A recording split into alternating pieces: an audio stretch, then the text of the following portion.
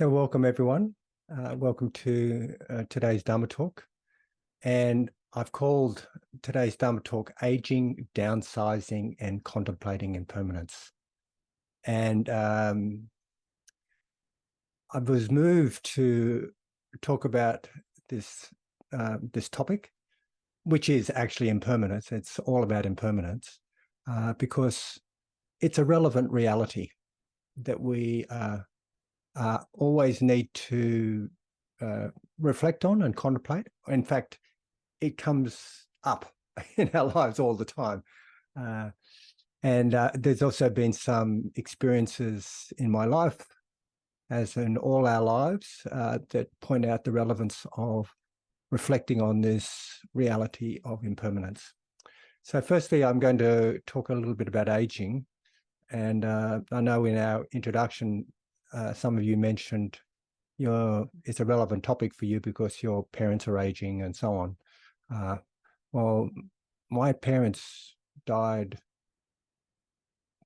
a lifetime ago for me. So I'm the oldest in my clan. I'm the elder of the clan. So everyone else has already died. So I do have some reflections on aging, and my reflections will be about myself and my own experiences at the moment. So aging, we have been aging since the moment we have been conceived. We are getting old. We're all getting old. And we're all destined to die. This is a reality. It is the reality of all conditioned things. Impermanence is happening all the time. However, we tend not to attend to it. We tend to get on with our busy lives. And it's easy to say, yes, aging is happening, but often we don't have really much time to think about it because we're getting on with things we have to do right now. There's other things that are priorities, like there's, work to do and projects to complete and degrees to finish and so on and so forth. And we say, not right now, I've got other things to do. I'll reflect on it a bit later. It's not a priority. We tend to look in the mirror every day, or at least most of us do, except when I go on retreats, I tend not to look in the mirror very much. When I was a monastic, I didn't even have mirrors. And I remember going to a friend of mine's home where we used to run retreats, and he put a cloth over the mirror. So we didn't get a chance to look at ourselves at all. But most of us look in the mirror every day and we say, yes, we're aging. But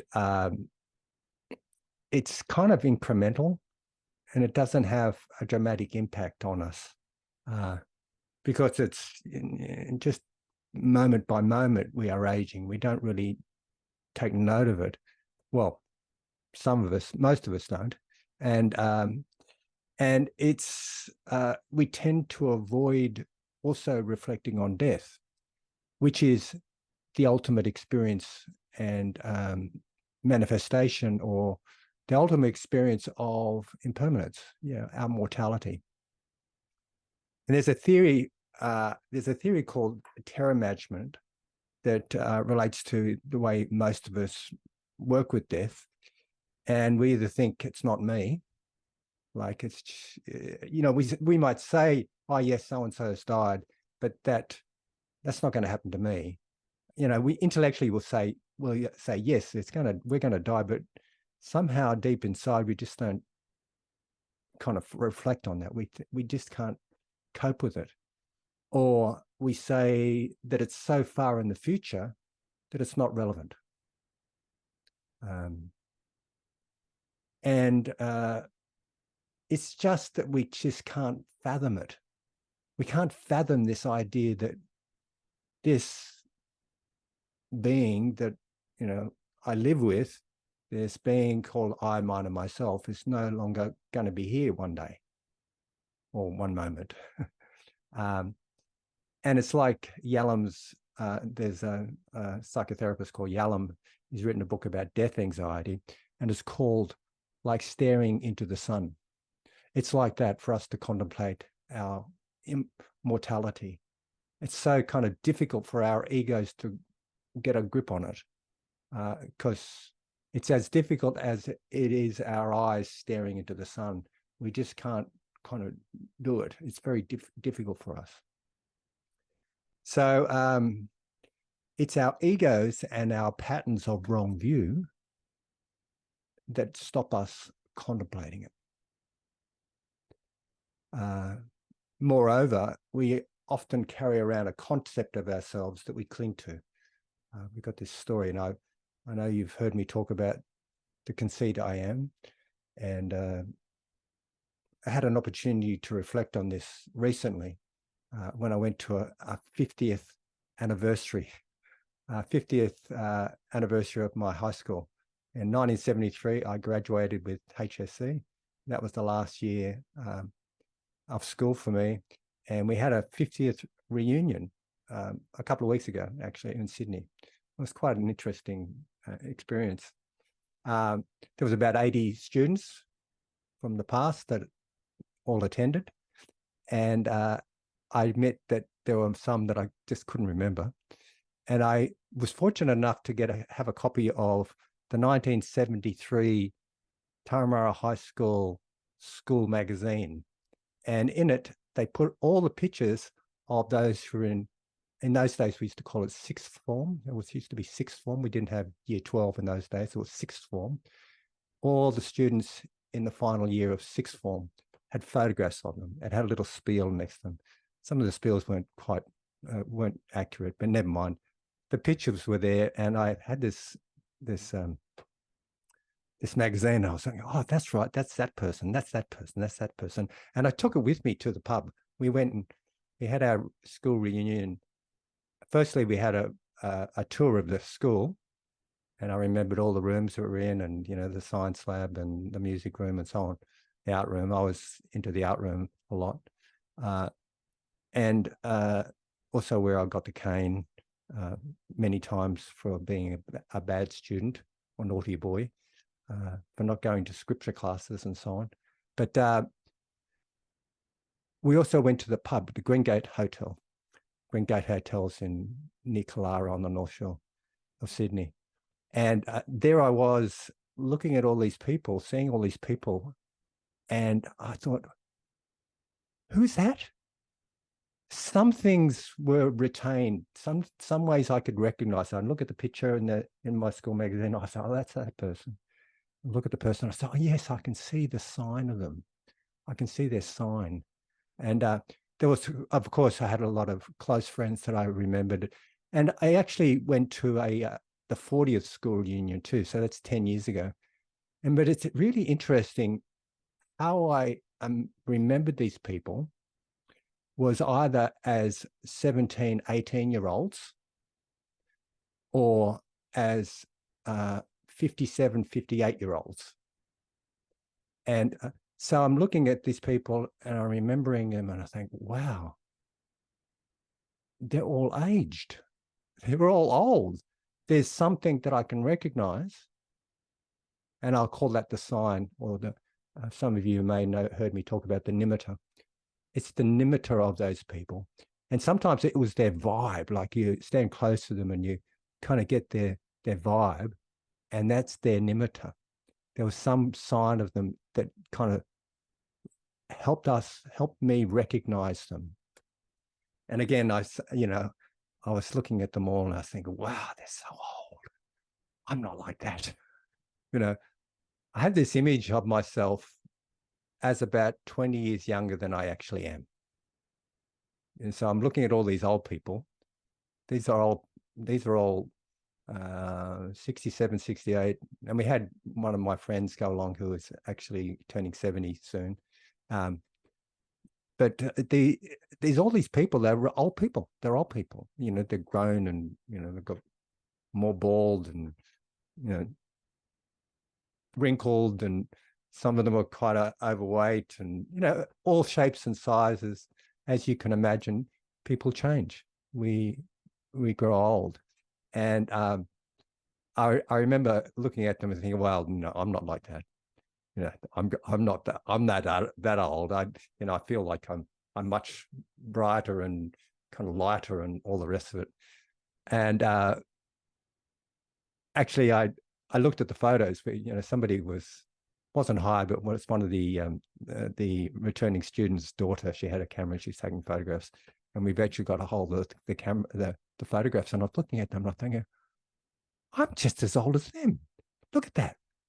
There's this balding head. I never can quite see that I'm balding, but when I look at photographs, I see there's a balding head and a wrinkled, pruned face and a kind of an old bloke stance. You know how old blokes stand and kind of move, kind of a little bit different than young blokes. And I was just the same as them. And looking at that was uncomfortable. It's uncomfortable because I think I was clinging to the conceit I am. You've heard me talk about the conceit I am, this feeling that I'm this story. And it's an uncomfortable truth that we're aging. It's an uncomfortable truth that sickness is a reality, illness is a reality. A lot of them, we talk about some things and we're talking about our particular ailments. Oh yeah, I've got a heart condition. Oh yeah, I had to go and get this operation. And there was by the sideboard, we had some memorabilia, and there was a whole bunch of photographs of those students that had passed away. So there was probably maybe about 10 or 12 photographs of students that have passed away. This happens. So for me, it was a contemplation of aging. It was a contemplation of the conceit I am. It was a contemplation how I cling to the signs of myself and other beings, actually. Because it was a bit of a shock to see some people because they're older than I recollected them. And for me, it was an example of wrong view that I still cling to. This wrong view, there's lots of ways we could explain wrong view, but some of the ways we could explain it is as having the view that things are permanent that are not permanent. Like this concept of self is permanent, or this self is permanent, when it's not able to be permanent. It's just simply not permanent. The idea that this self that we carry around, this idea of our conceits, I am, this story of the self that we carry around, is somehow going to bring us enduring happiness, when it can't bring enduring happiness because it changes. And this idea that we are independent and not interdependent, not subject to conditions. This idea that we can control things somehow is also wrong view, because it is uncontrollable. We can't control aging. We can't control illness. We can't control ultimate dying. It is the way it is. And it's wrong view to have this idea that we're lasting, permanent, and independent. So that's just something about aging. And I must say that, I know people are, some of my relatives are getting quite older. I witnessed my partner and my mother-in-law getting very, very old and getting, going to a nursing home and having to survive nursing homes. And I'm also witnessing some relatives now who are, well, my sister died 2 years ago. Before she died, she was suffering from a form of dementia.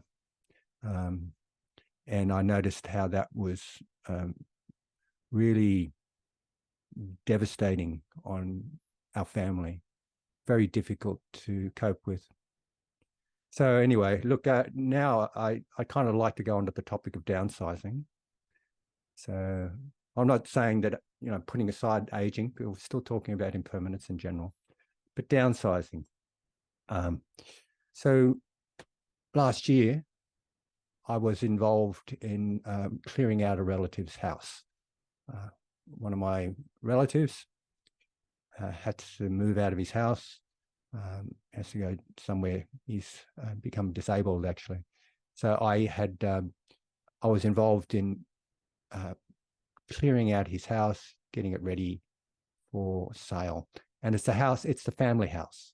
It's the house where another relative has lived for 60 years. Well, she lived there 60 years ago, and then, she was brought up in that house, and her mother lived there, and mother eventually died, and so on and so forth.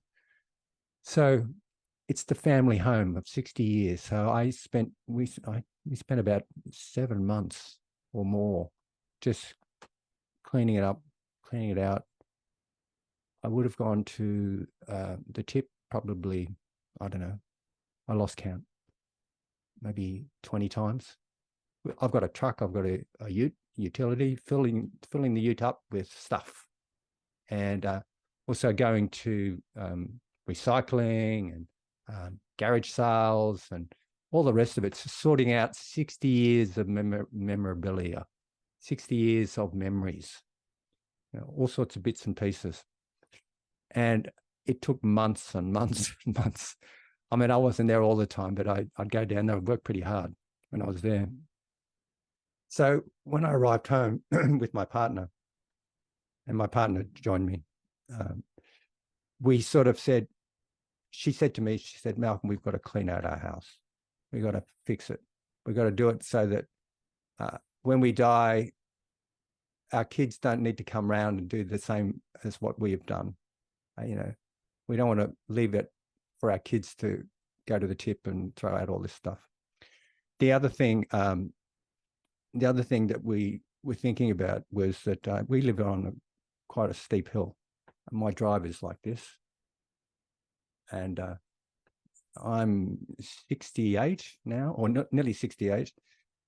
I ride up my driveway every day on my bicycle, but there's going to be one day where I won't be able to walk up it. I can't. A lot of my friends are unable to visit us because they can't get up our drive. They can't walk up the drive. So, we're thinking about downsizing. We've got to think about, Malcolm, she said, Malcolm, we have to, in the next 5 years, we've got to work out what we're going to do, where we're going to live. We can't live here. We can't be living here when we're 80, if we live that long, if the world's still turning when we're 80. So I started to contemplate downsizing. And the first place I went actually was to a filing cabinet that I had underneath my house. And it's a locked filing cabinet. And it contained about maybe a couple of hundred paper files. I've been a psychologist for over 30 years. I've been a clinical psychologist for over 20. And I've been in private practice part-time, initially part-time and now full-time for 20 years in private practice, clinical psychology. I've kept a lot of medical records. We have there is a law that we've got to keep medical records and diaries for at least, at least if we can keep them, we can let them go, sorry. We can let them go after 7 years of no contact. And I think that's the same for diaries. So I thought, okay, I'm going to clean out my cupboard of my diaries, my yearly diaries. I had 15 diaries, 15 yearly diaries in my cupboard that I've been keeping. And I have probably had 200 or 300 files, paper files, that dated back prior to 2016. So I started to clear them out. I employed a receptionist, a health receptionist, to log all the records of these files. And then it was up to me to do the rest. And I phoned around and I found a place that would shred them, but I had to remove all the metal clips from the paper files. And also I had to rip out the pages of the diaries because they couldn't take the thick diaries to shred. So there I am. I spent a couple of hours, 3 hours actually, pulling out the paper, the metal clips, and also ripping the pages out of the diary. So I'm opening up all these files. And I remember this person. I can't remember this person. I can't remember this person at all. I'm going through my diaries and I thought, oh yeah, I remember that year. Oh, wow. I remember that person, blah, blah, blah, blah. And it was this contemplation of impermanence. It was really interesting. It was, I hadn't thought about it like this, but it was a really powerful meditation to reflect on change. Here I am going through my own life as a professional and also going through the lives of hundreds of people. And people, I don't know how many people I've seen. If you want to average 5 people a day for over the course of 20 years or 20, 30 years, I don't know. I've seen hundreds and maybe thousands of people. I'm not sure. And people have disclosed, not disclosed, but shared their private experiences with me, their lives with me. So here I am getting ready to shred these people's lives. Well, it's all past. It's all gone. So it wasn't a purposeful reflection, but it came about because of just this experience of being presented, contemplating change, contemplating how things evolve and change. And fortunately, for me, it wasn't like the kind of the uncomfortability of realizing my own impermanence or how I'm clinging to a self-concept that's lasting, as in the previous experience. But for me, it was a deep equanimity, a deep peacefulness, because it is the way it is. And I think, I kind of felt honored to be able to share all these people's lives and have the honor to be able to be part of their lives and sort of respectfully closing something. And I also reflected on this, that when I'm with my patients or clients, whatever you like, however we name these people that I've been sitting with, I sit with them and I meditate with them. I'm kind of meditating with them about life. So a deep sense of equanimity and peace and acceptance arose. And this is a kind of a sobering acceptance. And it strikes a chord and it hits a mark somewhere in our psyche. So impermanence is a reality of life. Now, contemplating impermanence, and I'm going to go on to something more here. Actually, yes, I'll go into something more here. So this is the third section of our talk. And as you know, there are 2 aspects to Buddhist meditation, that is serenity and insight. And I've often talked about this, and I think my roots are in the Thai forest tradition. And in the Thai forest tradition, when we had instructions for meditation, it was basically still your mind, calm your mind, quieten your mind, or quieten the mind, still the mind. Then in Thai, picharana. Picharana means investigate, inquire, look, examine. So this stilling the mind and inquiring is an example of the relationship between serenity and insight. And with serenity, we focus on one thing and we still our minds. With insight, however, we don't focus on one thing, but we attend to the realities of life. We tend to dependent arising, for example, the law of how things come to be, or the principle behind how things come to be and how things change and disappear. And we also contemplate, usually in insight meditation, one is directed to contemplate three characteristics of existence. These are anicca, dukkha, anatta. Anicca, impermanence. Dukkha, the unsatisfactoriness of conditioned experience. And anatta, the fact that there's no single thingness in all this, but streams of dependently arising processes and interactions. And many of you heard me say that over and over and over and over again, because it's so concise. It's a kind of an accurate way of describing interdependence or not self or emptiness. There's no single thing in all this. It's just causes and conditions coming together and changing. So mindfulness, investigation, and energy are the first three factors of the 7 factors of awakening. And these are particularly powerful.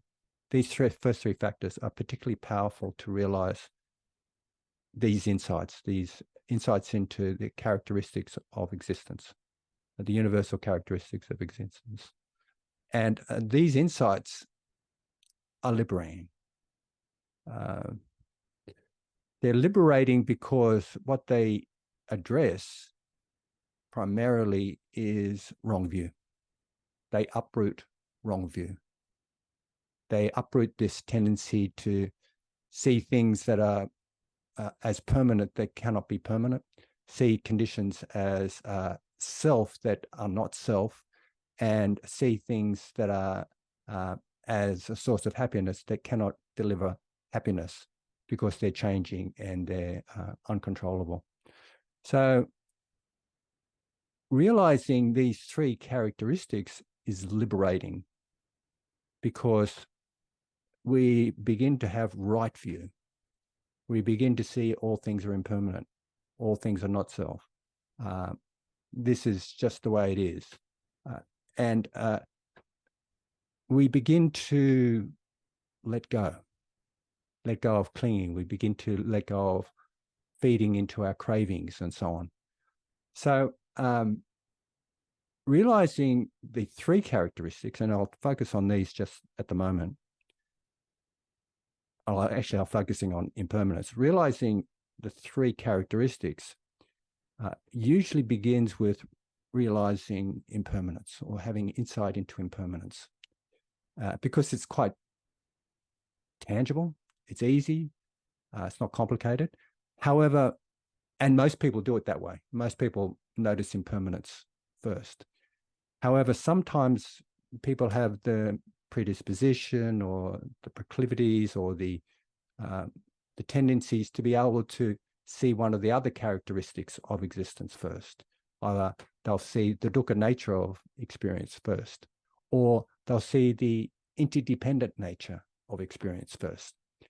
Either way, whatever you witness or whatever you realize, that realization is generalized. So in other words, once you realize impermanence, it's generalized to realizing dukkha and not self as well. And as I'll explain a little bit later, it's also generalized to realizing other insights. And I'll explain some other insights a little bit further in the talk. So this sense of generalizing is very, very helpful, but also there's another way it generalizes as well.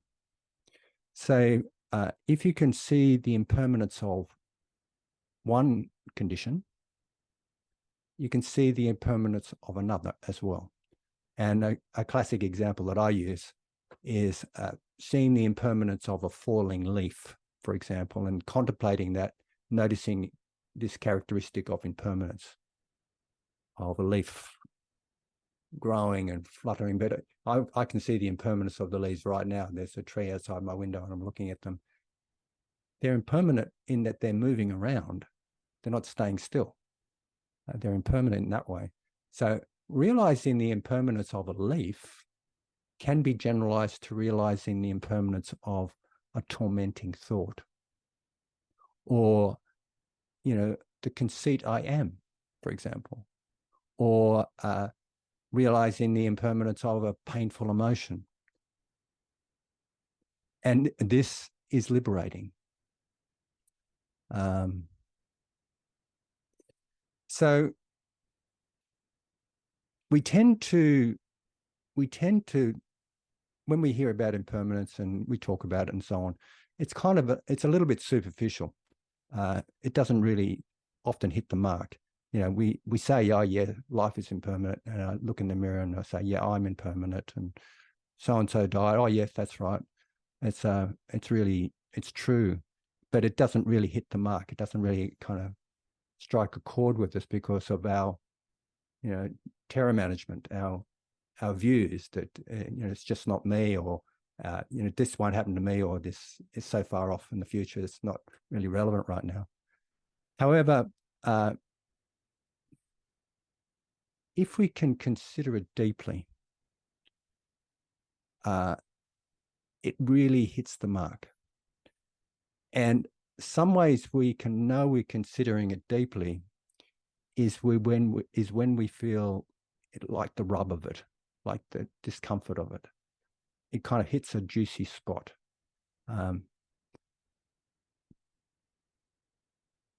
So I was mentioning earlier that many of us live busy lives. We have deadlines to meet, responsibilities and tasks, and a full schedule.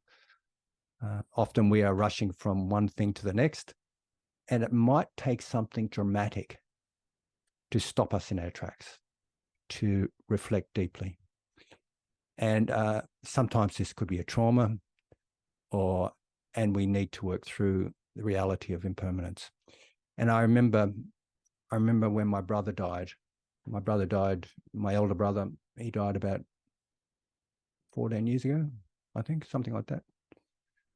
And I remember I was actually running a group in the middle of when he was dying.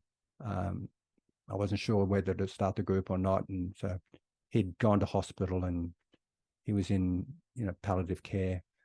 And then I got the phone call that said, "Come on down. You got to come down." So fortunately, I had some people who could run the group for me, and I just counsel work, and I went down to. He lives down the coast. He lived down the coast about 2.5 hours drive away, down near Coffs Harbour, actually. So I went down, and I didn't stay at his house. I stayed at we hired a Airbnb, a house, and the focus was just on him, visiting him in the hospital, hanging in with him, seeing the reality of impermanence, the fact that he was going to die, and then he died. He passed away, and then seeing his corpse, you sort of stop and you reflect and you say, yes, he's gone. I mean, the processes of grief I probably talked about in one talk, but you know, the first task of grief, for example, is to accept the reality of a loss, to accept the reality of something. And we tend not to do that. And this is based on all our views. You know, we cling on to a wrong view, for example, and we just say, no, it's just not right. And it feels surreal. It's like, however, when we can kind of move through that and we reflect on it deeply. And for me, it was, yes, here is my brother. Here is someone who's been with me all my life. You know, he's no more. It's real. He's gone. It's changed. It takes a while to sink in, but it does. It hits the mark. It's painful, and it's a rub. And what needs to be added to it is the fact that I too am of this nature. I too am of the nature to die. And I remember, I think I've talked to you about, I think we've done this actually, Lisa and I have done death meditations. And we got copies of death meditations online actually, and given talks on death and so on. In the Satipatthana practice and the foundations of mindfulness practice, mindfulness of body section, there's a whole subsection of contemplating mortality of the body. And traditionally, the way it's done is you contemplate corpses of various stages of decay. And I had the good fortune to be able to do this in Thailand when I was a monastic. I used to go to the morgue, and I think I've talked to you about this at some stages. I used to go to the morgue whenever I was in Bangkok, which was, reasonably regular. I had to go to Bangkok for various things like getting a visa and so on. But I'd spend my days at the morgue, and monastics were permitted to go into the morgues and watch autopsies and just hang out there, just meditate there. So I'd go to the morgue, and there was, all the various stages of decay. Sometimes just a bag of bones on a table somewhere. Sometimes freshly killed or freshly deceased young people from a motorcycle. Sometimes I'd see people who were shot with guns, or people that are pulled out of the river, swollen and maggot ridden. I'm sorry to give you the details. Well, actually, I'm not really sorry. I mean, this is the reality of the way it is. And the contemplation, it's like you meditate on that. And then the important bit is to say, I too am of this nature, and really bring it in so it hits that mark. I too am of this nature. And when it strikes some discomfort, that's a juicy spot. It's a juicy spot to understand impermanence. So coming back to this contemplation of impermanence, and that's just one way. I just described one way. There's a particular meditation involved with that. And another way is to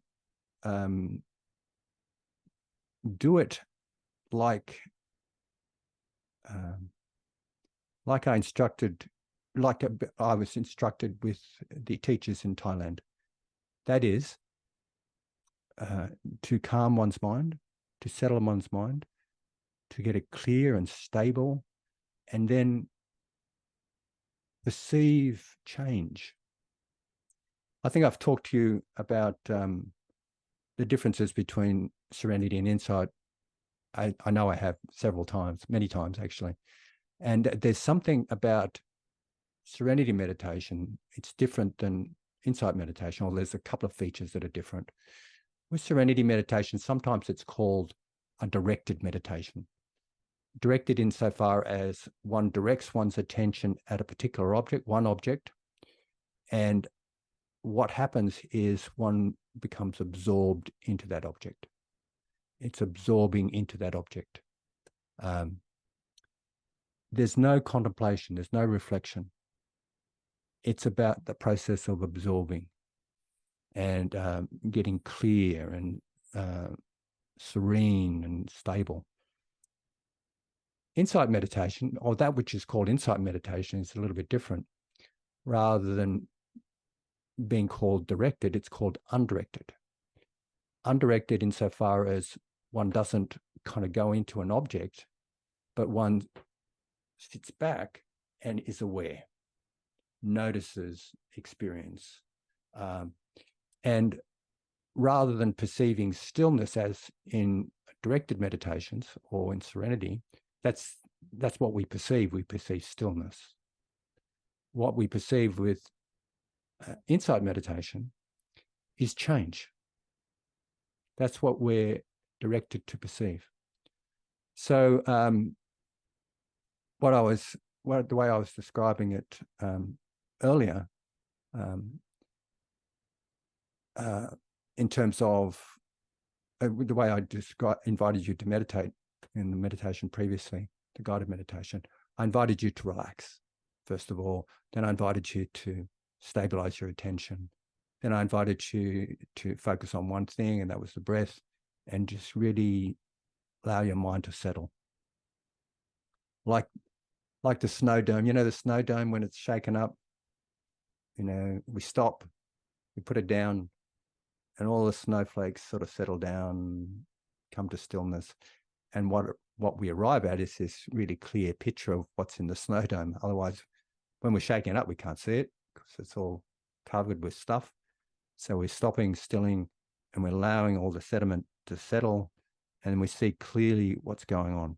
So in that same way, I invited you to settle and still your mind, and then look what's happening. Look. And what I imagine you noticed was how things were changing. Did you notice that? Did you notice how things were changing? And that is that's the practice. That's it. To start to realize that impermanence. And here we're doing it purposefully. We're not being challenged with an experience that stops us in our tracks, or we're not directing it to, say, contemplate corpses or anything like that. We're just quietening our minds and then looking and seeing and considering and examining. So impermanence is the first insight, really. And as I mentioned earlier, when we can see impermanence in something, it generalizes to the other insights. And I've got a list of other insights here. I've been reading a book called The Island, an anthology of the Buddhist teachings on Nibbana by Achan Pasano and Achan Amaro. And in it, they refer to a teacher that I'd actually met while he was alive, a venerable teacher called Buddhadasa. Buddhadasa was a scholar and a practitioner, and he could actually speak English, which was a kind of change in Thailand. So I met and had a conversation with him when I first went to Thailand. But he talked about 9 progressively liberating insights. So we're talking about progressively liberating insights here, into the nature of conditions, into the nature of things. And I won't go into, I mean, what he did, he kind of played with it. He used the word da, which means I in Thai. So he put this term in Pali and then he put da after it. So I won't go through all those terms, but basically the list was like this, and I'll just read it to you. Impermanence, or anicca, da, as he would say it. Anicca, or impermanence. The next one is dukkha, dukkha, da, or seeing unsatisfactoriness. The next one was anatta, or not self, or selflessness. Here means anatta. I think anatta means something similar to emptiness, but anatta really talks about how things don't come about all by themselves. They come about because of a combination of a number of conditions coming together, and also there is no thingness in all this. There's no self in all this. When we think of ourselves as an entity, as a lasting entity that goes through life, then that's kind of like a misperception, actually. When we look closely into what we call ourselves, it's this changing, interdependent process, or processes, I should say. So anatta. The next one is called naturalness. Interesting. Naturalness. The next one he called lawfulness. And I've spoken about the law of karma. I spoke about that a couple of months ago. And this is one way you could understand it, that karma, it's considered as a law. When we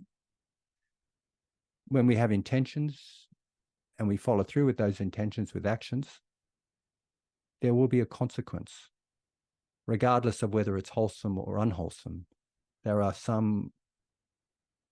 some fruit. There's fruit. There's an experiential fruit coming from all our actions. This is a law. It cannot be avoided. It's like I'm picking up this pen. There's a law about if I release it, it's going to drop. That's a law. That's just cause-effect relationship. So it's the lawfulness of that stuff.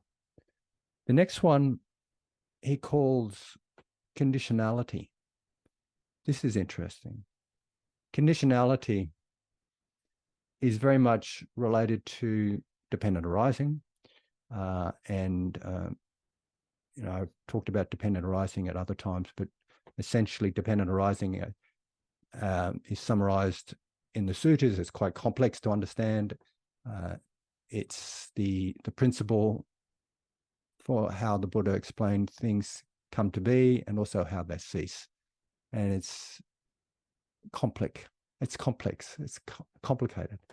However, in the sutras, you've heard me say this phrase many times. It goes quite simply like this. When this is, that is. With the arising of this, that also arises. When this is not, that is not. With the ceasing of this, that also ceases. So dependent arising, you can see dependent arising in the Four Noble Truths or the Four Ennobling Truths, whatever way you'd like to consider them. The Four Ennobling Truths is that there is dukkha, there are causes of dukkha, dukkha meaning suffering, unsatisfactoriness. There are causes of dukkha, there's origins of dukkha. There is the possibility and the reality of freedom from dukkha. And then there is a path to freedom. So these, in effect, are two cause-effect relationships. And when there are the origins of dukkha, when there is craving, for example, there will also be dukkha. So craving conditions dukkha. And when there is no craving, there is no dukkha. So when there is the Eightfold Path, for example, there is freedom from dukkha. There is nibbana. So there's this conditionality, there's this understanding how things arise, or there's no such thing as things, but there's processes arise because of the coming together of causes and conditions, and also our intentions. And here I go again. There are streams of dependently arising processes and interactions, and that's what it is. It's conditionality. The next one he talks about is shunyata, which translates as emptiness. He's got it here as voidness. I guess you could say it's empty of thingness. It's a different way of looking at anatta. And in Theravadan Buddhism, they consider emptiness and anatta as similar. I guess there's some sort of nuanced differences, but shunyata, emptiness, things are empty of thingness. That's one way of understanding it. And I really like the way Analio talks about emptiness here. The void of emptiness is full to the brim with causes and conditions. In other words, we can see emptiness in our busy lives. If we can see the way there's this conditional coming together of processes and so on. The next one he talks about is tatata, and it's often translated as thusness or suchness. And this refers to reality. It's the reality of things as they are. Just this. The reality of things free from conceptual elaborations of things as subject and object distinctions. There is just this. I won't go into explaining that too much more. And the final insight that Buddhadasa listed is called Atamayata in Pali. And there's various ways that has been translated and understood. but essentially it's understood as unconcoctability. Unconcoctability. Prior to stories, prior to concocting stories about things. This is called a state of mind independent of objects and conditions of experience, fully conscious and aware. This mind is not affected by the defilements of greed, ignorance, and hatred. And I'm just making a quote there. And it is basically the realization of unconditioned experience, or unconditioned, the realization of the unconditioned. And atamayata is prior to concocting experience, prior to conceptualizing about experience. And I've talked about this before. And I'm just going to read a quote here from Pasano and Venerable Amaro. Beyond duality of positive and negative, this and that, and the thingifying of self and the world, it describes the mind that has gone beyond positive and negative, that cannot be pulled into conditioned arising, and cannot be pulled into the conditioned arising, dependent origination of dukkha. Thus, atamayata, in its most proper sense, describes the reality of the arahant, the one worthy of the worthy undefiled one. Sorry, if you excuse my dyslexia, I tend to often get my words mixed up. So it's difficult to develop these insights when our minds are shaken up. And as I mentioned before, there's this process of serenity and using the power of serenity to see into things. And like the snow dome, or like the muddy pond that's stirred up, we stir up our lives with all sorts of busynesses and doing things, like we are human doings. I've heard that comment many times. And if we choose to act unwholesomely, it really stirs it up. Our lives get really stirred up. If we go into creating negative karma or bad karma, like going against the precepts, for example, then our lives are really stirred up and our minds become very muddy, very unclear. But if we can just stop and let it settle with samadhi, things become a little bit clearer. And the development of samadhi is considered helpful for a variety of reasons. It becomes like that power of focus becomes like a laser cutting through stone, actually, cutting through the kilesa, cutting through the mental distortions.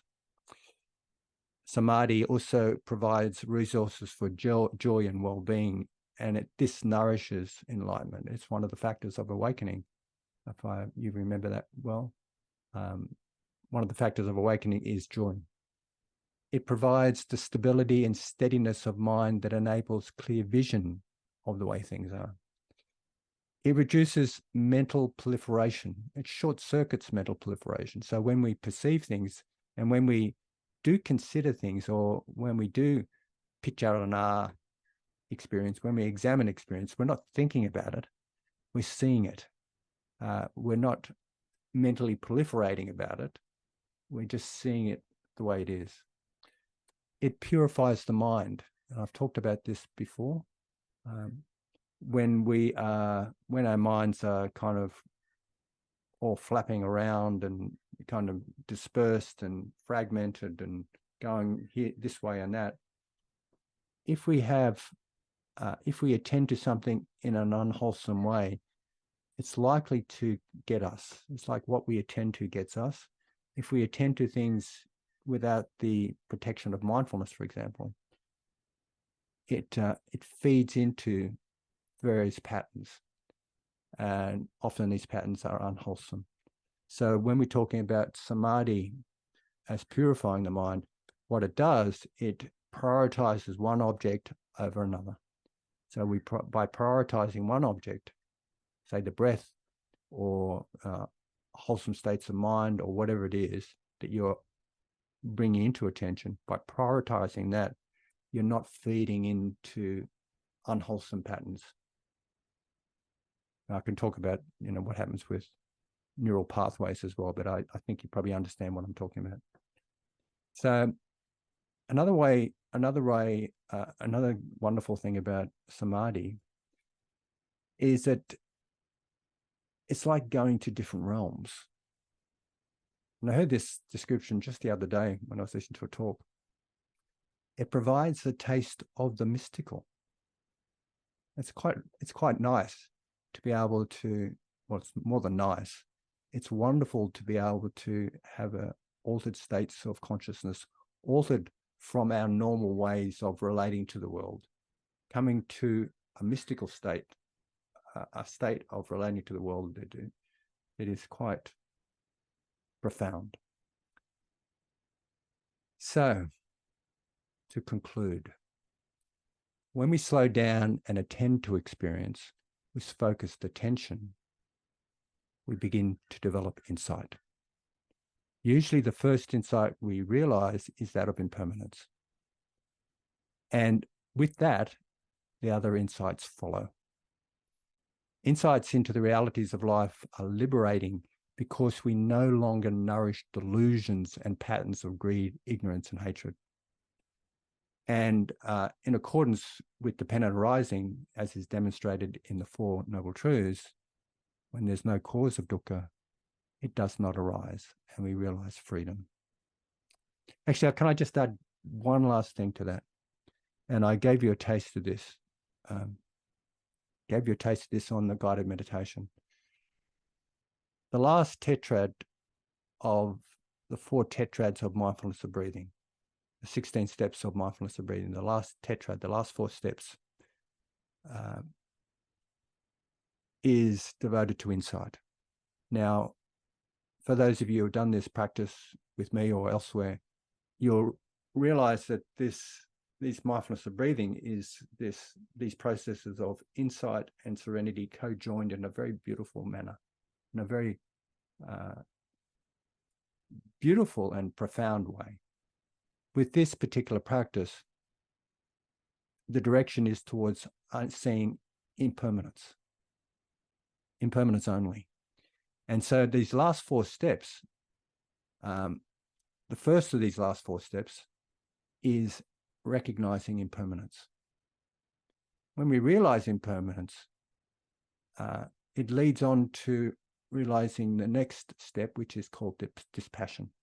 So when we realize impermanence, there's a tendency to let go of grasping after the pleasant and also let go of pushing away the unpleasant. So our passions are released, they're toned down. So that's the 14th step, dispassion. With dispassion, we no longer feed into experience. We no longer feed into the arising of all sorts of things. And there is cessation. Cessation is described in many different ways, but let's consider there as a cessation of craving here. Cessation of craving, meaning that there's also a cessation of, to the degree we cease craving, to that degree we cease suffering as well. So cessation is the 15th step. And finally, the last step is letting go. It's called letting go. Letting go of all that feeds into our dukkha, and that inclines us to nibbana. So when there's no cause of dukkha, it does not arise, and we realize freedom. So thank you for your attention, and may we all grow old gracefully with a heart liberated by the direct insight into impermanence. Thank you. So let's have a few moments in quietude, and I'll open it up for some discussion.